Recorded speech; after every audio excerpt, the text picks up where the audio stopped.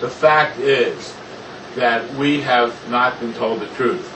The fact is lies have been told about September 11th. The fact is my client, Ellen Mariani, wants the truth. The fact is that this story will not be released, will not be covered by the mass media. And part of that is the Council of Foreign Relations. We have sued as a defendant in this case because we believe that they're involved also.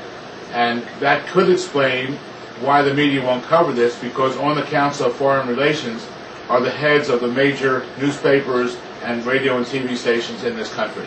The comparisons between George W. Bush and Adolf Hitler have been made. You've seen them, I've seen them, and they're certainly there. But George W. Bush today has what Adolf Hitler only dreamed of having. George W. Bush has the populace behind him. He has the media control. He has so much more media control, so much more media savage than Adolf Hitler ever dreamed of.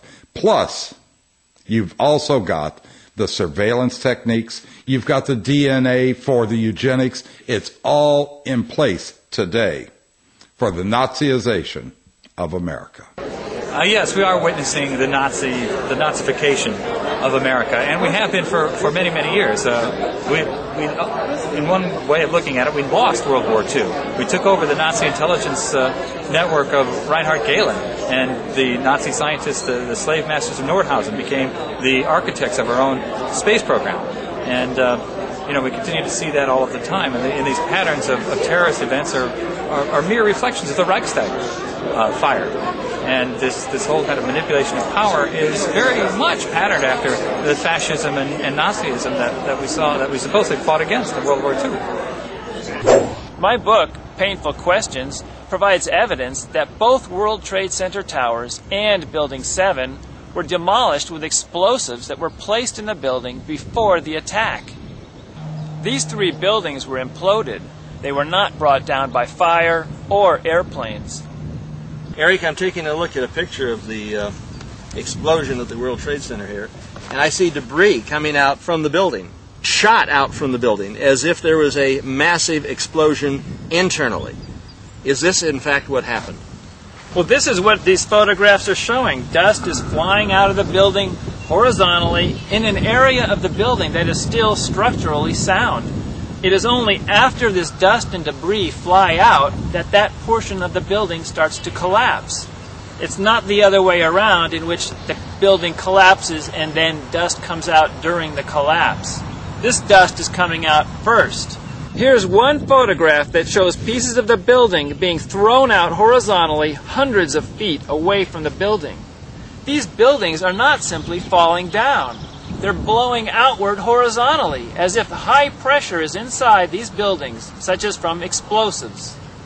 Well, Eric, we saw in some of the videos a burst coming from one floor and then the next and the next and the next and the next, and it was blowing materials of steel and metal out from the building as if it was systematically set up as one would destroy a building like the Sands Hotel.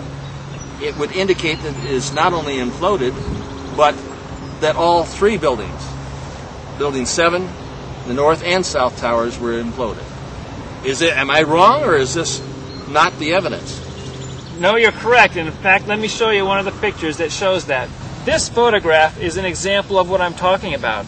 It shows a line of dust flying out of the building horizontally, and it goes out in perfect symmetry, one floor at a time. And notice that this portion of the building is structurally intact. We're told that the debris was picked up and shipped overseas to communist China, where you would never ever see it or never be able to use the evidence in a trial against administrators of this government. Is that true? I heard the same thing, that it was sold as scrap metal at a very low price to foreign nations. Now, this is a violation of the law. Remember when the space shuttle collapsed and fell down all over the states of Texas and others? You were fined and arrested if you even touched that debris. It's against the law to pick up that debris from the World Trade Center. That was evidence in what happened.